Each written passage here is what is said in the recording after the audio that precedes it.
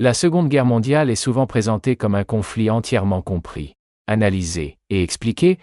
pourtant cette certitude repose sur une illusion soigneusement construite. Car derrière les livres d'histoire, les documentaires officiels et les commémorations publiques, subsiste une réalité bien plus silencieuse et dérangeante, faite de dossiers classifiés, de rapports disparus et de décisions prises dans l'ombre, volontairement exclues du récit officiel, non pas parce qu'elles auraient été perdues, mais parce qu'elles menacent encore aujourd'hui l'équilibre politique, moral et stratégique du monde moderne. Car dès les premières années du conflit, les grandes puissances ont compris que certaines informations ne devaient jamais être rendues publiques, même après la victoire, puisque la guerre ne se jouait pas uniquement sur les champs de bataille, mais aussi dans les bureaux fermés, les laboratoires secrets et les salles de négociation invisibles, où se prenaient des décisions capables de redessiner l'ordre mondial sans jamais être officiellement reconnues, et au fil des décennies, cette culture du secret s'est renforcée jusqu'à devenir une véritable architecture du silence, protégée par des lois, des institutions et des justifications vagues, comme la sécurité nationale ou la stabilité internationale,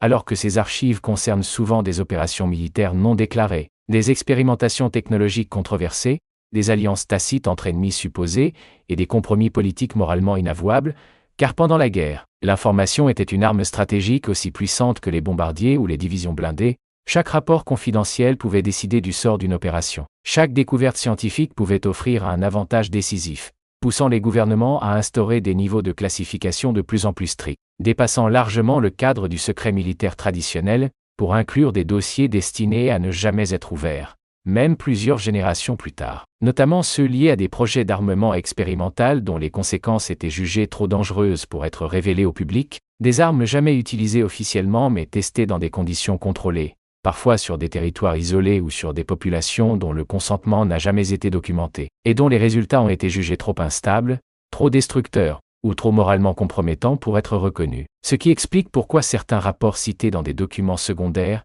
n'existent plus dans les archives accessibles, comme s'ils avaient été méthodiquement effacés, car à la fin de la guerre, alors que le monde réclamait justice, transparence et responsabilité, une autre bataille a commencé bien plus discrète, mais tout aussi décisive, celle du contrôle de la mémoire collective. Et dans ce processus, des dossiers ont disparu, des témoignages ont été étouffés, des preuves ont été reclassifiées sous de nouveaux noms ou transférées vers des institutions totalement inaccessibles au public, créant des incohérences que seuls les historiens les plus attentifs ont pu identifier, comme des numéros de fichiers manquants, des références croisées menant vers des rapports introuvables ou des décisions politiques majeures, évoquées sans aucune trace officielle, alimentant progressivement l'idée que certaines vérités de la Seconde Guerre mondiale ne concernaient pas uniquement le passé, mais touchaient directement à l'équilibre du pouvoir mondial d'après-guerre. Car révéler certains accords secrets aurait pu remettre en cause la légitimité de frontières actuelles, exposer des compromis politiques inavouables, ou démontrer que la séparation entre vainqueurs et coupables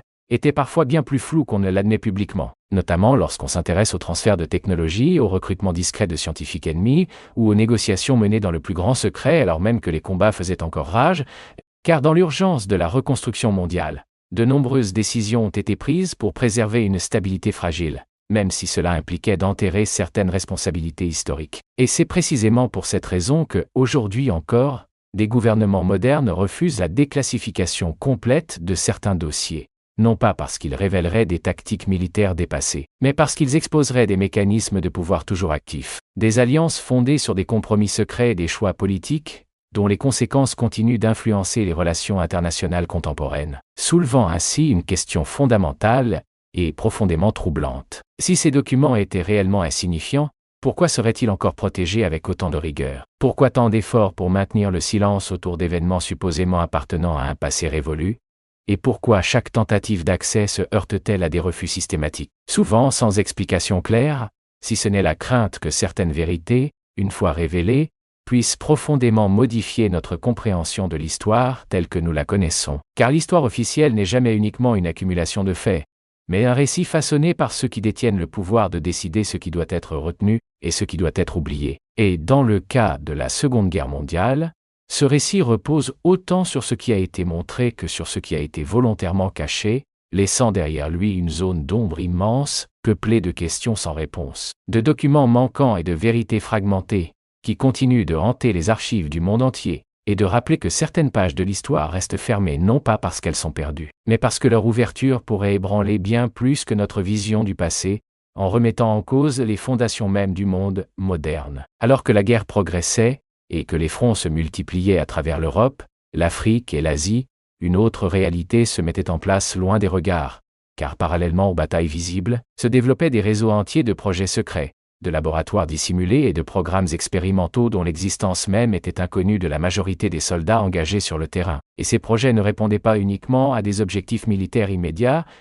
mais visaient à façonner l'après-guerre, à garantir une domination technologique, politique et économique durable, car très tôt, certaines élites avaient compris que la victoire ne se mesurerait pas seulement en territoire conquis, mais en contrôle de l'information, des ressources scientifiques et des capacités futures. Ce qui explique pourquoi des fonds colossaux furent alloués à des recherches classifiées portant sur des armes expérimentales, des technologies de communication avancées, des systèmes de surveillance et des méthodes psychologiques destinées à influencer les comportements humains, souvent sans aucun cadre éthique clairement défini, et dans ce contexte, des décisions furent prises dans une urgence permanente, justifiées par la nécessité absolue de gagner la guerre, mais dont les conséquences dépassèrent largement le cadre du conflit, car certains programmes impliquaient des essais menés dans des conditions extrêmes, sur des environnements isolés ou des populations marginalisées, choisis précisément parce que leur voix ne serait jamais entendue. Et ces expériences, bien que rarement documentées de manière officielle, laissent des traces indirectes dans des correspondances internes, des notes fragmentaires et des témoignages tardifs de participants contraints au silence,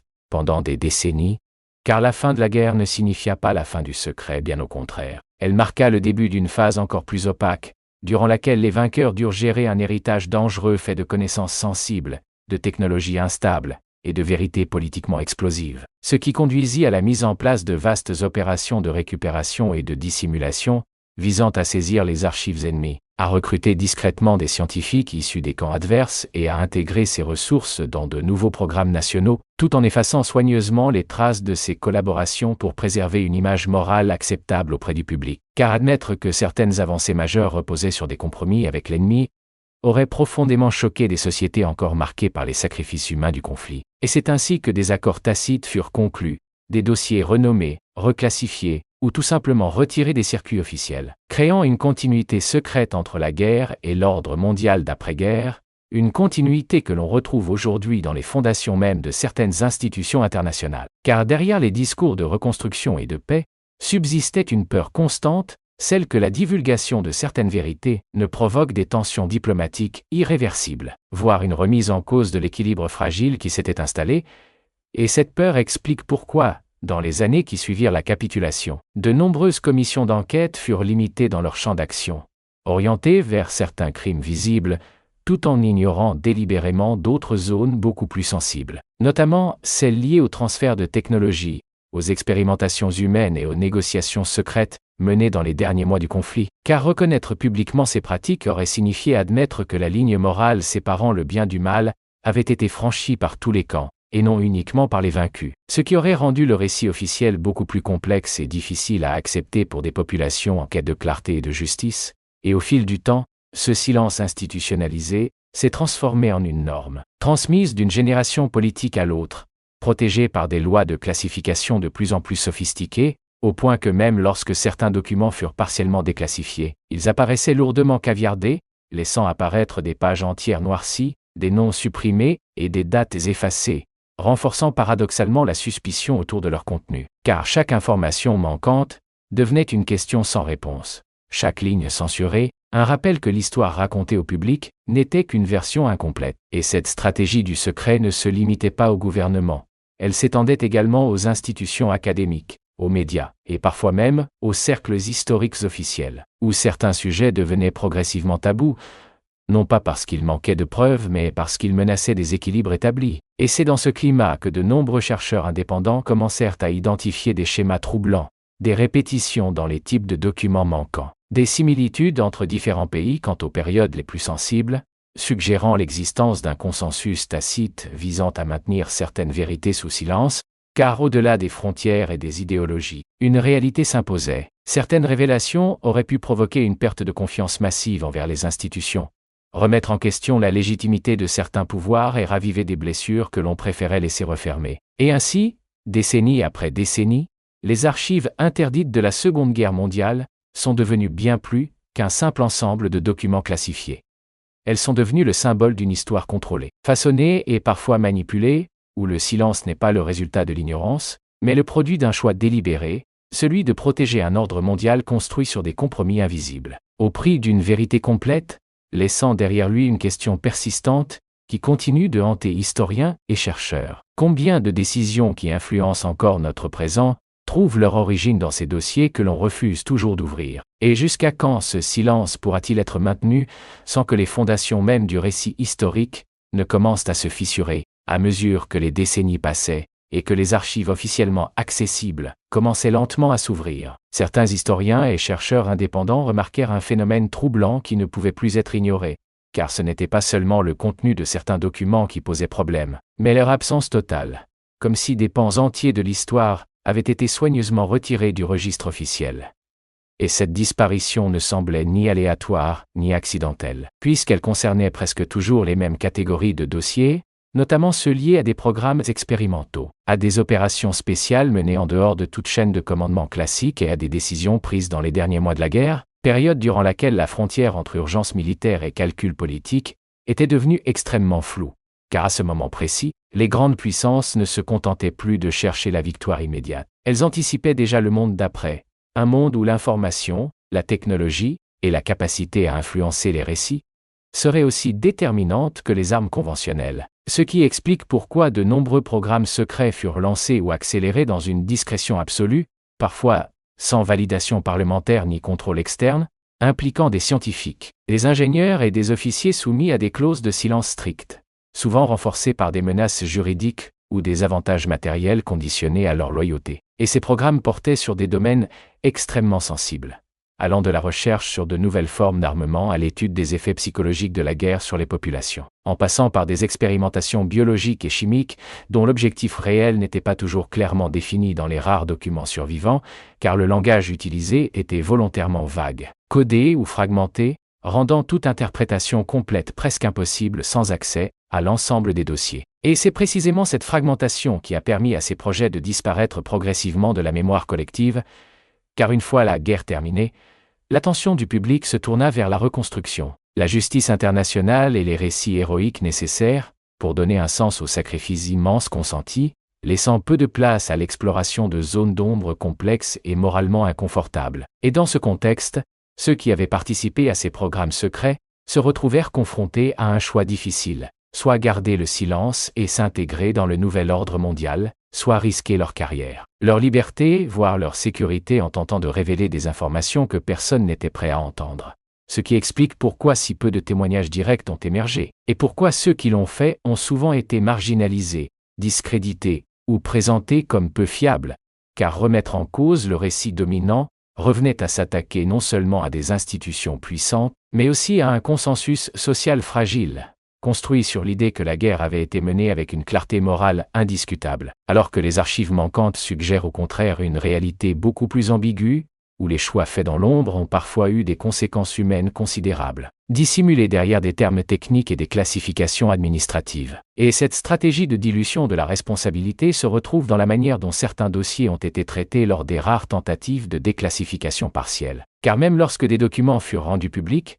ils apparaissaient souvent incomplets, lourdement censurés, ou sortis de leur contexte original, empêchant toute compréhension globale des événements. Et cette censure sélective a eu pour effet paradoxal de renforcer la méfiance, car chaque phrase supprimée devenait une invitation à s'interroger sur ce qui était jugé trop dangereux pour être révélé. Et plus les chercheurs avançaient dans leurs investigations, plus ils constataient des similitudes troublantes entre différents pays, comme si une logique commune avait guidé la gestion de ces secrets, indépendamment des idéologies affichées suggérant l'existence d'un accord tacite, visant à préserver certaines zones d'ombre pour éviter des conséquences politiques incontrôlables, car révéler l'ampleur réelle de certains programmes aurait pu entraîner des demandes de réparation, des crises diplomatiques majeures et une remise en cause profonde des institutions créées dans l'immédiat après-guerre. Et c'est ainsi que le silence est devenu une forme de continuité politique, transmise de génération en génération, protégée par des cadres juridiques complexes et par une culture administrative où la classification est devenue la norme plutôt que l'exception, transformant les archives de la Seconde Guerre mondiale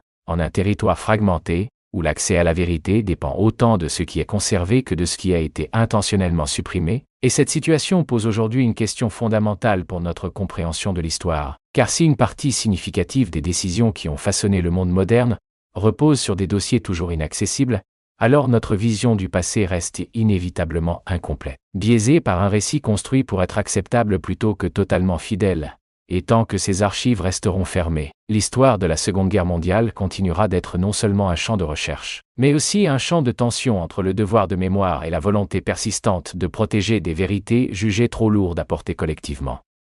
Lorsque l'on analyse plus attentivement les périodes et les thématiques les plus touchées par ces absences d'archives, un schéma clair commence à émerger, car les documents manquants ne concernent presque jamais des événements secondaires ou anecdotiques, mais se concentrent systématiquement autour de décisions majeures prises dans des moments critiques, notamment les derniers mois de la Seconde Guerre mondiale et les toutes premières années de l'après-guerre, période durant laquelle l'urgence de la transition vers un nouvel ordre mondial a justifié des choix exceptionnels, souvent effectués en dehors de tout cadre démocratique classique, et c'est précisément cette zone temporelle qui apparaît aujourd'hui comme la plus opaque pour les chercheurs, car de nombreux dossiers y sont soit totalement absents, soit fragmentés au point de perdre toute cohérence, donnant l'impression que l'histoire a été volontairement découpée pour en retirer les éléments les plus sensibles, et parmi ces zones d'ombre figurent les archives liées aux accords informels, conclus entre puissances officiellement opposées, des négociations discrètes menées en coulisses, afin d'assurer une transition moins chaotique vers la paix, mais dont la divulgation aurait profondément choqué des populations encore traumatisées par des années de guerre totale, car admettre que certains ennemis avaient négocié avant même la fin des combats, aurait remis en cause le sens même du sacrifice consenti par des millions de soldats. Et cette logique de protection du récit héroïque explique pourquoi de nombreux documents relatifs à ces contacts secrets furent soit détruits, soit reclassifiés, sous des intitulés volontairement vagues, rendant leur identification presque impossible sans accès à des index internes, aujourd'hui eux-mêmes classifiés. Et cette opacité s'étend également aux archives concernant le déplacement massif de ressources humaines et technologiques à la fin du conflit. Car dans l'urgence de la reconstruction, et face à l'émergence de nouvelles rivalités géopolitiques, certaines puissances ont choisi de récupérer des savoirs, des compétences et des technologies issues de camps ennemis, non pas pour juger ou condamner mais pour intégrer ces ressources dans leur propre structure, un choix pragmatique mais moralement ambigu, dont les traces ont été soigneusement dissimulées, afin de préserver une image publique fondée sur la justice et la rupture nette avec les pratiques du passé. Et cette dissimulation ne s'est pas limitée à des décisions ponctuelles.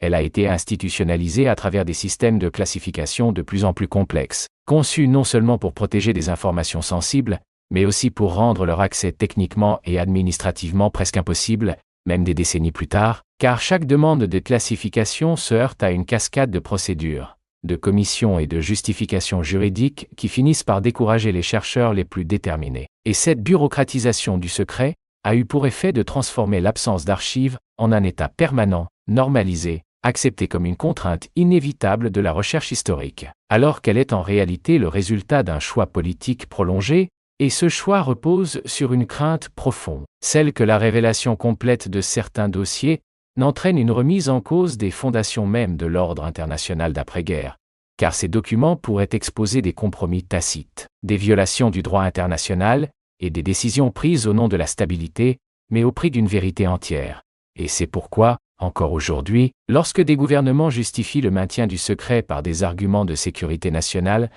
ils ne font pas seulement référence à des menaces concrètes, mais à un risque beaucoup plus abstrait et pourtant plus redouté, celui de la perte de légitimité, car reconnaître officiellement que certaines actions menées pendant ou après la guerre ont été volontairement dissimulées, reviendrait à admettre que l'histoire enseignée, commémorée et transmise depuis des générations est incomplète, voire partiellement construite. Et cette reconnaissance pourrait ouvrir la porte à des revendications politiques, juridiques et morales impossibles à contenir, notamment de la part de populations ou de nations dont le rôle et la souffrance ont été minimisés ou ignorés dans le récit dominant. Et c'est ainsi que le silence est devenu un outil de gouvernance, non pas imposé brutalement, mais entretenu par une accumulation de décisions administratives, de classifications prolongées et de récits officiels soigneusement calibrés, créant une distance croissante entre l'histoire vécue et l'histoire racontée, une distance que seuls quelques fragments d'archives, révélés par erreur ou à la suite de pressions exceptionnelles, permettent parfois d'entrevoir, rappelant que derrière chaque document manquant se cache une décision consciente de ne pas révéler, et que derrière chaque page censurée,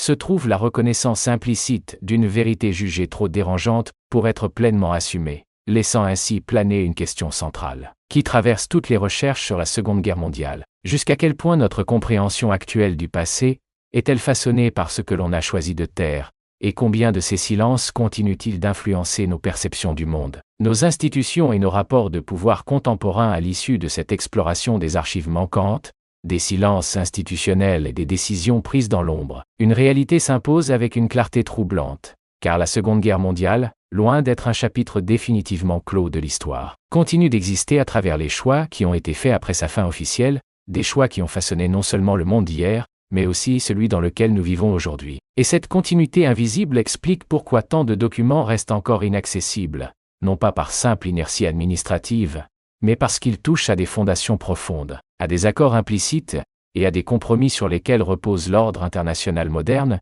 car révéler pleinement ces archives ne consisterait pas uniquement à corriger quelques détails historiques, mais à remettre en question des récits nationaux, des identités collectives et des structures de pouvoir construites sur l'idée d'une rupture nette entre la guerre et la paix, alors que la réalité semble indiquer une transition beaucoup plus fluide, marquée par la récupération stratégique de ressources humaines, technologiques et informationnelles, souvent au détriment d'une justice complète et transparente. Et cette logique de continuité explique pourquoi les tentatives de déclassification, bien que parfois présentées comme des avancées démocratiques, se heurtent systématiquement à des limites soigneusement définies. Car même lorsque certains dossiers sont rendus publics, ils apparaissent fragmentés, décontextualisés ou incomplets, offrant l'illusion de la transparence sans en assumer pleinement les conséquences. Et ce contrôle minutieux de ce qui peut être révélé montre que le véritable enjeu n'est pas seulement le contenu de ces documents, mais l'impact qu'ils pourraient avoir sur notre compréhension collective du passé et sur la légitimité des institutions actuelles. Car admettre que certaines décisions prises pendant ou immédiatement après la guerre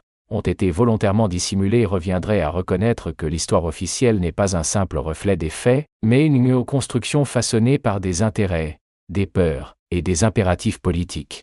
Et cette reconnaissance pourrait ouvrir un débat profond et inconfortable sur la responsabilité, la mémoire et la manière dont les sociétés choisissent de se souvenir ou d'oublier, notamment lorsque ces souvenirs menacent l'image qu'elles ont d'elles-mêmes. Et c'est précisément ce risque qui semble encore aujourd'hui justifier le maintien du secret. Car dans un monde où la stabilité repose en grande partie sur des équilibres fragiles, la révélation de certaines vérités pourrait raviver des tensions, remettre en cause des alliances, et alimenter des revendications longtemps contenues. Et pourtant, ce silence prolongé a lui aussi un coût, car il entretient une fracture entre le passé vécu et le passé raconté, une fracture qui nourrit la méfiance envers les institutions, et alimente l'idée que certaines vérités sont réservées à une élite, inaccessibles au reste de la société, et cette perception à long terme fragilise le lien entre les citoyens et les récits historiques qui leur sont transmis. Car une histoire partiellement cachée finit toujours par susciter des questions, des doutes, et des interprétations alternatives, parfois éloignées des faits, précisément parce que l'absence d'informations claires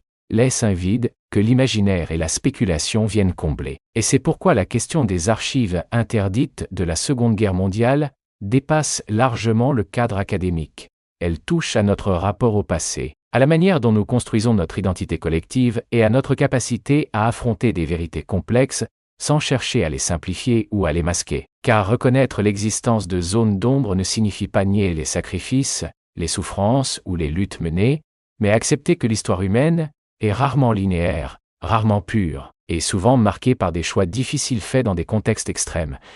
Et peut-être est-ce cette complexité que l'on redoute le plus, car elle oblige à abandonner les récits confortables au profit d'une compréhension plus nuancée, moins héroïque mais plus honnête. Et tant que ces archives resteront fermées, cette tension persistera, laissant la Seconde Guerre mondiale dans un état paradoxal, à la fois omniprésente dans la mémoire collective et incomplète dans sa documentation accessible, rappelant que le passé n'est jamais entièrement figé et que certaines pages de l'histoire ne sont pas simplement oubliées mais volontairement mises à distance, en attendant un moment hypothétique où leur révélation serait jugée supportable, et jusqu'à ce jour, ces dossiers classifiés continueront d'exister comme des témoins silencieux d'une vérité fragmentée, nous invitant à nous interroger non seulement sur ce qui s'est réellement passé, mais sur la manière dont nous choisissons, encore aujourd'hui, de raconter notre propre histoire.